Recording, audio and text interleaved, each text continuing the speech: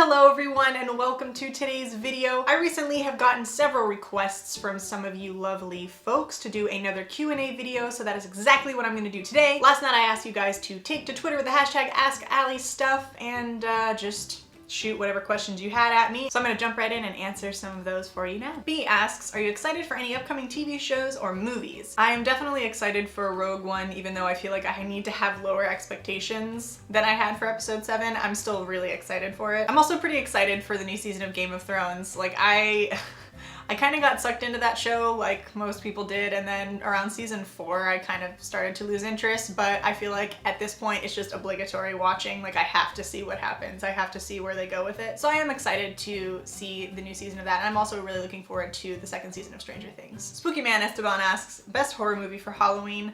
It's a really hard question because I feel like there are so many classic ones like Halloween, for example, that you need to watch. But the top spot for my favorite horror movie was recently changed after I saw the Blair Witch Project, which I'm the original. I've seen the sequel as well, but I'm talking about the original here. It was such a good movie and it was so scary to me. I don't know, like it was terrifying. And I just think the whole concept was so great, and I went back in and I did a little bit of reading about the marketing they did for the movie and the fact that they used the girl's real name, and like family members thought that she actually died because they posted an obit with her information and everything. There are people who believe that those people in that movie were actually a cover-up for real deaths that happened in those woods. So I feel like kind of the idea and the feeling and everything surrounding the Blair Witch Project was just so intense that it kind of makes it a really cool experience to see that film. I only wish that I had been a little bit older and kind of seen it when all the hype was going on. Camila asks, what are 5 things that one should never do naked? Oh man, okay. I feel like I'm as a person don't like being naked a lot. Like I have friends who I know walk around naked in their house all the time and they don't like to wear underwear and they just feel trapped by clothes. I feel like I'm more on the side of like Tobias. Like I'm like a never nude. I don't like being naked. So I would say literally everything, but if I really put thought into it, okay, let's see. Things you should never do naked. You should never either fry anything or cook any kind of like stir fry or anything where there's potential for oil to pop up and splash on you. Don't go horseback riding naked for I feel like pretty obvious reasons. Don't do any like sporting events, especially something that is like dirty.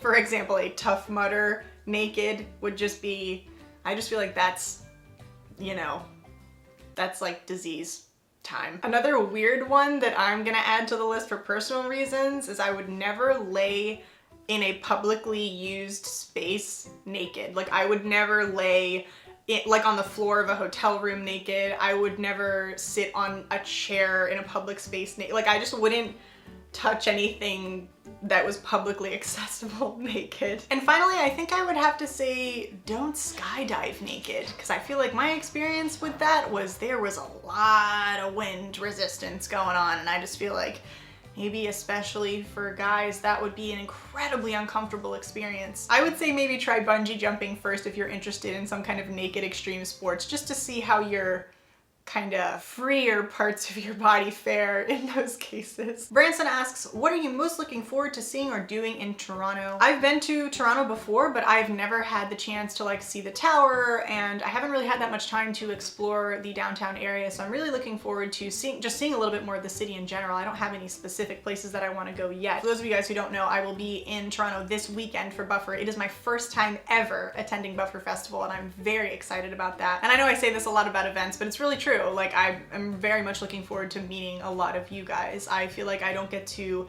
share the love as much with my Canadian viewers, so I'm looking forward to getting the chance to do that. Noah asks, what's your favorite pepper? Honestly, I'm not that adventurous when it comes to spicy food. I have, you know, tried a lot more in recent years than I did when I was younger. I used to like absolutely deny eating anything spicy at all, but traveling has opened up my mind and my taste buds to new stuff, so I think I would have to say my favorite right now is gochu pepper, which is a Korean hot pepper, just because I feel like it's really versatile and it's the perfect amount of spice. Like there's a balance of spice and flavor there. It's not just like epic hotness that destroys every other potential thing that could be going on with the flavor of the dish. My foray into peppers hasn't been that extensive, so I feel like that's maybe a little bit of a premature answer, but gochu pepper for now. Cora asks, what is your favorite Halloween movie from when you were a kid that you watch every Halloween season? This is an obvious one, and a million people would say this, but definitely The Nightmare Before Christmas. It's just something that I've loved so much ever since I was a kid. Not just the story and the animation, but the music. And I think more than watching the movie, I listen to the music at this time of year. It's just a great soundtrack. Jack's Lament is like,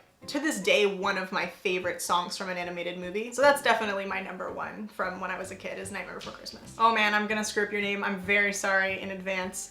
Maria, I hope, maybe, asks, how do you feel about some people who watch all of your videos but don't really leave comments or tweet you? That doesn't really bother me. The only thing that is a little bit of a bummer to me is that I lose the interaction with you. I feel like I really have enjoyed in recent months spending time on Twitch and getting to know a lot of people a little bit more intimately and kind of getting some more personal details and backstories on a lot of people who are regular viewers of my stream and of my channel. So that's the one downside when people choose not to interact, is just that I feel like it's one-sided and I don't get to know them. I understand some people wanting to keep their internet experience more at like a passive and kind of distanced lurk. It's totally your choice. Like, if you don't want to talk, you don't have to. Inuar asks, will you play any other spoopy games on stream? I definitely will. I really enjoyed playing Amnesia, and I have a whole other list of like horror and survival type games that I want to play on stream. And it doesn't necessarily have to be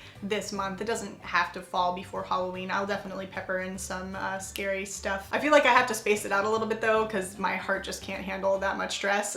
But I will definitely continue to play spoopy games. Mikey S asks, what is the best Halloween candy and the worst Halloween candy? I personally love getting Butterfingers, but I think really any just like full-on massive candy bar is like such a surprise and such a fun experience, especially as a kid. When you get a full-size candy bar, it's like gold. And the worst candy I would have to say is probably peppermints. Like, I just think that's the worst idea for Halloween candy. Like, why? What is that? Like, I can steal those out of my grandma's purse anytime. Spoopy Mermaid asks, if you could only wear one lipstick for the rest of your life, which one would it be? I would have to say one of MAC's classic reds. I really love Lady Danger, but I think I'm gonna go with Russian Red. It's just such a balanced, beautiful red. It works really well on my skin tone in particular, and I just think it's absolutely beautiful. Raul asks, what is your biggest fear? I feel like this is another question that, depending on the day of the week or how I feel, it might change. But currently, I feel like my biggest fear is not being liked by someone that I like a lot and not understanding why.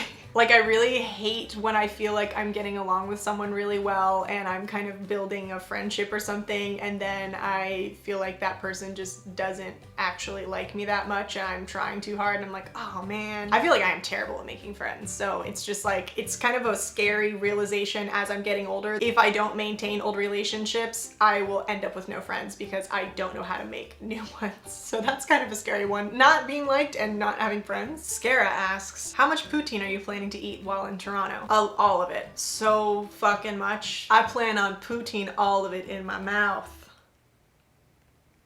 No.